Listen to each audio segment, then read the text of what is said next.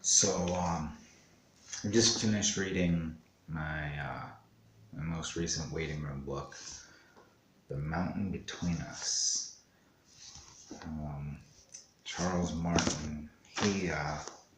My grandmother is a big Western fan. Louis L'Amour is her number one. But she'll read anything anyone recommends, and she made a promise to God, one prayer many years ago, and ever since then she does not go into a public library. So she'll read anything that she can find wherever anyone will sell any kind of books. So it was a good story. I was able to track how long it took me to read it by reading the appointment cards I was using for bookmarks. So I shared one page out of your oldest sibling's history, since he's the only one I actually got to stay home with and raise. He's the only one I have these kind of memories of. The 9th of March 2004, he had his first taste of food beyond the world of single grain cereal. Okay. So, green beans. For the second week of March this year, we will be replacing his dinner time cereal with green beans. The 4-ounce bottle will still be there to wash it down. His mom and I thought that if we started him out with less than sweet vegetables and worked our way toward the more fun sweet food, he would develop a taste for eating more than a simple taste for eating fun food. Of course, with his mother's sweet tooth, I doubt that he will waste too much time working toward dessert. We steamed some frozen green beans and used an ounce of his formula to make it liquid enough to put it through the blender. Subsequently, we used hot water for a large batch of legumes to make them freezer-friendly in an ice cube tray for use throughout the rest of this week. After this week of introduction, we will go back to just cereal and formula again for a week to clear his palate's memory. The veggie for the last week of March is as yet undecided. I made a big point of making all of his food. We got the boxes of rice cereal and oatmeal, but as far as meat and vegetables went, the older he got, it was all fresh. We had Rick, so it was absolutely no problem to get my hands on all kinds of fresh vegetables. I would wash them and prep them, steam them, and then puree them. Pour it out into an ice cube tray, freeze it, and then just pop out a couple of cubes for mealtime. I went further on in journal entries that talk about how once we got him familiar with vegetables, I started boiling chicken and adding chicken in with his vegetables, so he'd get 2 cubes of peas and 1 cube of chicken,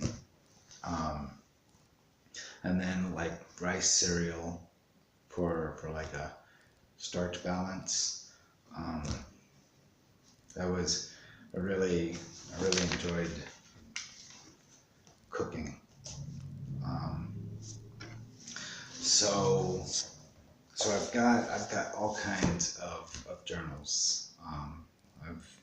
I've got when your mom and I split up. I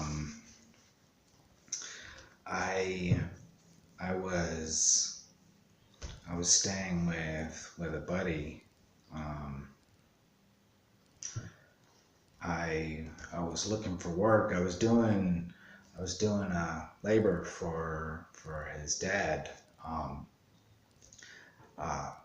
doing groundskeeping for his properties and such, handyman work. And so I was looking for, I don't know what I was looking for, but I'm online, I'm on Craigslist, and I'm filling out applications for anything and everything. Um, CR England, it's a trucking company. They they had advertised that they'll pay you, they'll train you to earn your CDL, the driver's license required to drive a truck. Um, and so they train you on the job. So you've got a job with them, and they're training you how to get the license to be able to do your job. It's a win situation. I love driving. I love traveling. Um, so I filled out an application with them, and whatever other pages worth of applications. But another one of interest that popped up was for a carnival.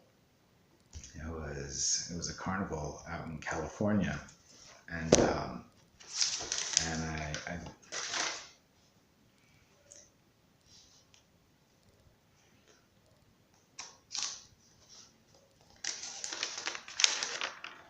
so 10 days in, and I rest my body on my first day off.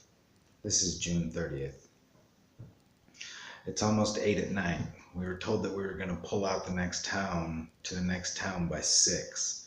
The general environment is pulsing with anticipation. We've got no work to do. I helped tear down the Wacky Worm roller coaster last night until 1:30 a.m. That was the last ride to be loaded and strapped down. We got paid last night. Most of the crew went home to their trailers with fresh cash in their pockets. Maybe I'm a slave for punishment, but I couldn't rest knowing what still needed to be done on that ride.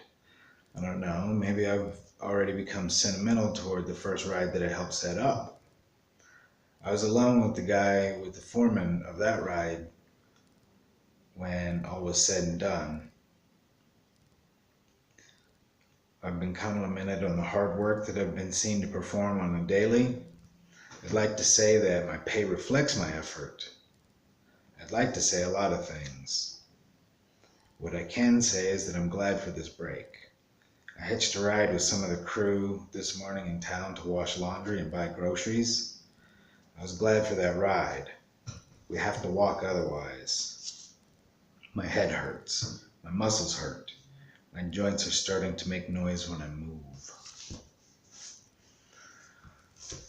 So I've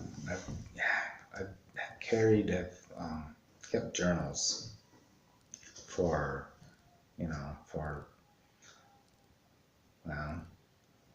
always, as far back as I can remember.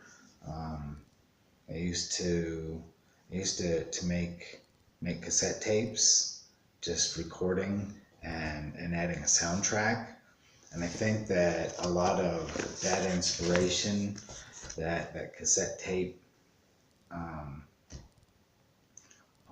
storytelling reflects a little bit in some of these. I end up quoting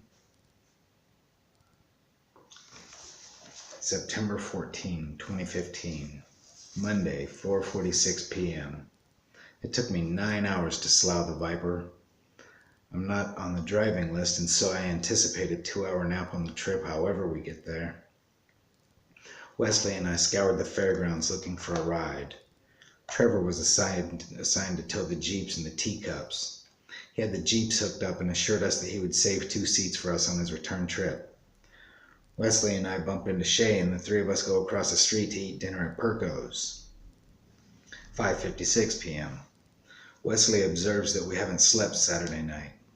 I stare at the empty space in front of me where my order will soon be, and I observe that I have not eaten since the hot dog and 32-ounce soda special I scarfed on a break during operations on the previous night. I ate a few donuts and a couple of candy bars for breakfast. 9:16 p.m. Wesley and I share from a bottle of Jaeger in front of CBS. We load up our gear, stuffing new purchases into the travel bags on our backs, and we make our way to the teacups. 9:57 p.m. We meander through the remaining trailers where the remaining crew awaits their own respective rides.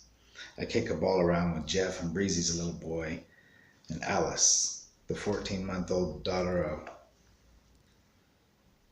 of a couple in the crew. In this moment, I am happy. Incubus. And so I quote, if I don't close with a musical, with a line from a song, I'll open with it, put one or two of them in the middle, and your oldest sibling, when his mom and I were going through a divorce, I wrote a story. That one I self-published. That one, it's kind of a testament to how I'll shoot myself in the foot a lot. I had come across the account. Years had gone by, and I just sort of put it out of my mind that I had put it through self-publishing. And when I look at the stats, I had sold copies. The copies of my story had sold in 13 different countries, and it was pretty impressive. But I didn't get paid for any of it because the bank account that I had assigned to that project was a joint bank account that was dissolved when, after the divorce. And so I never actually saw anything from it. And then I got, insecure and started dwelling on it, and because I didn't really remember too much about the story. So I went back and I played around with it, and I put a new cover on it, and I attached a new bank account to the project, and it's dead in the water. No one even sniffs at it. And I've never promoted. Well, no, I did promote it when I first published it. I was, if that goes into that'll be a video I'll share with you, stories of failed attempts. Well, we'll save that for another video. So I'll share pages from my journals. I suppose I'll include that in part of what I share with you. That and the reason why I haven't actually accomplished anything that I've set out to do. That'll be another time.